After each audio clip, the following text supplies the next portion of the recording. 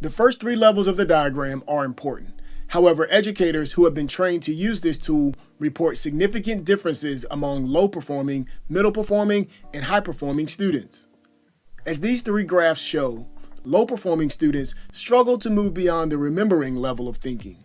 Middle-performing students tend to operate at the applying level of thinking, and high-performing students operate at the analyzing, evaluating, and creating levels.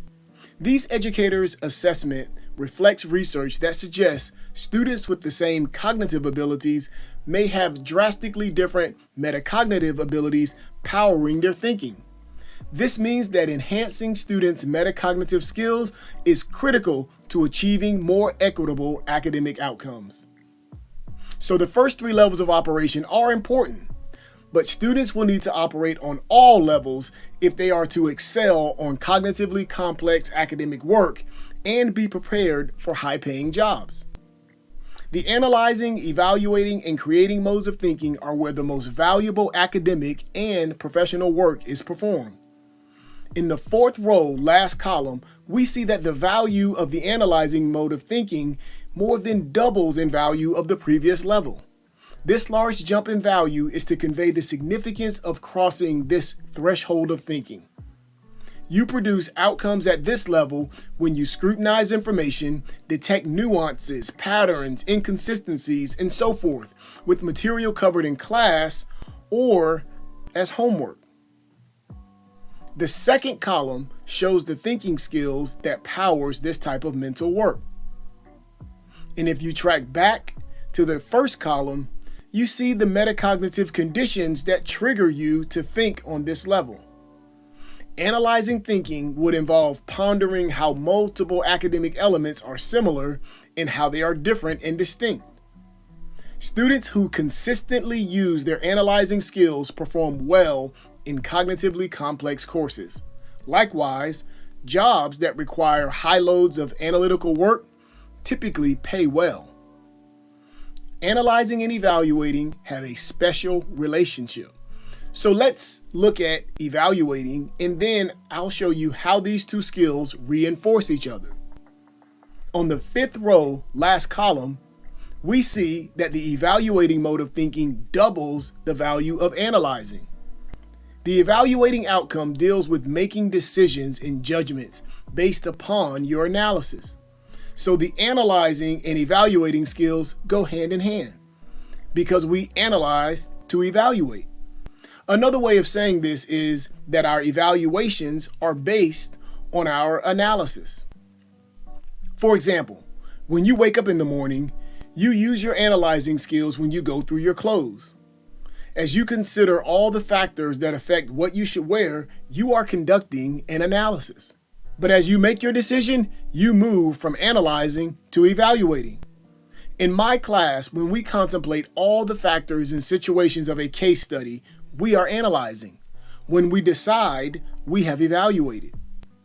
The reasons you hate my tests that ask you to choose the best answer or take a position on something or defend a position is because they require you to analyze and evaluate.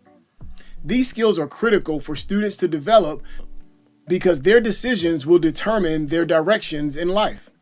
If they analyze and evaluate effectively, then they can expect to have a rewarding life. In the second column, we see the mental work associated with evaluating. In the first column, to trigger the evaluating mode of thinking, you would have to approach your work contemplating how to make the best decision or what is the best course of action. Practically every employer is looking for employees with sound judgment. From a medical professional who can analyze confusing and confounding symptoms to determine the best treatment option, to an accountant who can analyze tax codes and financial documents to determine the best course of action for a client, and to a computer engineer who can analyze and evaluate a business's network to optimize their computing system's performance. Finally, in the fourth column and the final row, we see a huge leap in the value of this skill. In the third column, we see that the creating outcome emphasizes originality. The second column shows that the creating mode of thinking empowers you to develop fresh perspectives and interpretations of events. To arouse this mode of thinking, you would need to be in a state of mind where you were trying to merge concepts or ideas together to form a new use or perspective. The creating mode of thinking is highly valuable for students, employees, and entrepreneurs. Operating at this level requires that you have fully analyzed and properly evaluated information first.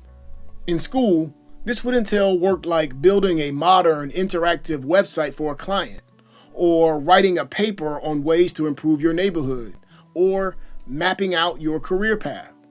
In the working world, creating thinking powers small innovations, such as improving a process in a business that reduces undesirable tasks, and major innovations, such as creating a new way to shop that creates an entirely new market. One of the hallmarks of operating at the bottom three levels of the diagram is that there are no easy right or wrong answers. Everything depends on the quality of analyzing, evaluating, and creating thinking you invest in the work. This is a key distinction between the more simplistic work, represented by the first three rows of the diagram, and the more sophisticated work, reflected by the bottom three rows of the diagram. After Dr. Phillips helped students differentiate their thinking skills, he noticed that the class discourse was richer, students' performance was much higher, and because students were doing their share of the cognitive work, Dr. Phillips was invigorated rather than exhausted after teaching. So let's do a quick recap. Getting students to analyze opens an entirely new world of operations for students. We analyze to evaluate, and creating depends on our analyzing and evaluating skills. If students think well, they will learn well and perform well in school, work, and in life.